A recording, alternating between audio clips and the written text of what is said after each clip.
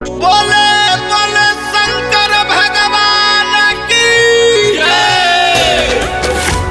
Recording by Veena World.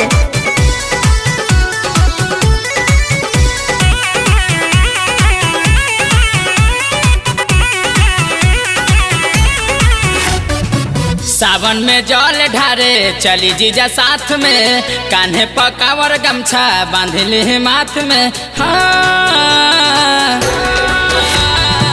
सावन में जल ढारे चली जीजा साथ में, कान्हे पकावर गमछा बांधले माथ में। भीड़ बड़ा होला देव घरवा हो, देव घरवा हो। छूटे ना साथ हाथ धलिए जीजा, संगे चढ़ावे के जलवा हो।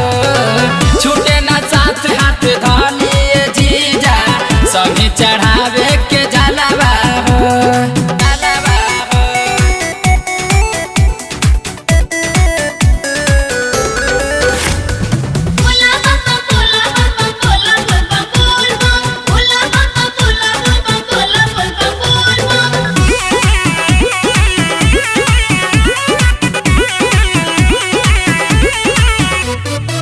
बानी डे रात जी देखी के रात जी, सुइया पहाड़ के चढ़ाइया ये जीजा जी चढ़ाइए देती ना, कि हम के घुमाइए देती ना।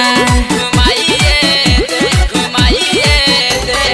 ना। बानी डे रात जी देखी के रात जी, सुइया पहाड़ के चढ़ाइया ये जीजा जी चढ़ाइए देती ना, कि हम के घुमाइए देती ना। पूरा कर दिया रमनवा हो, रमनवा हो। छूटे ना साथ हाथ धलिए जीजा, संगे चढ़ावे के जलवा हो। छूटे ना साथ हाथ धलिए जीजा, संगे चढ़ावे के जलवा हो।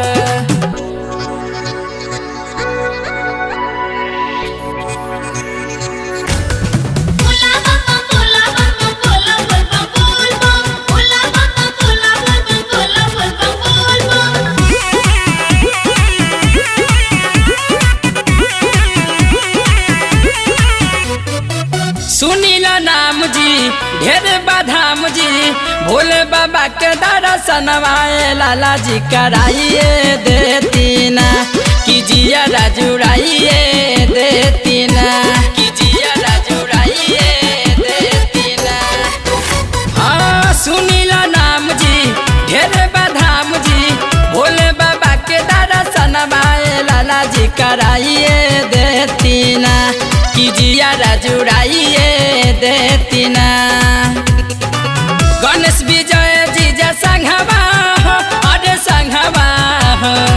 छूटे ना साथ हाथ धलिए जीजा, संगे चढ़ावे के जलवा हो।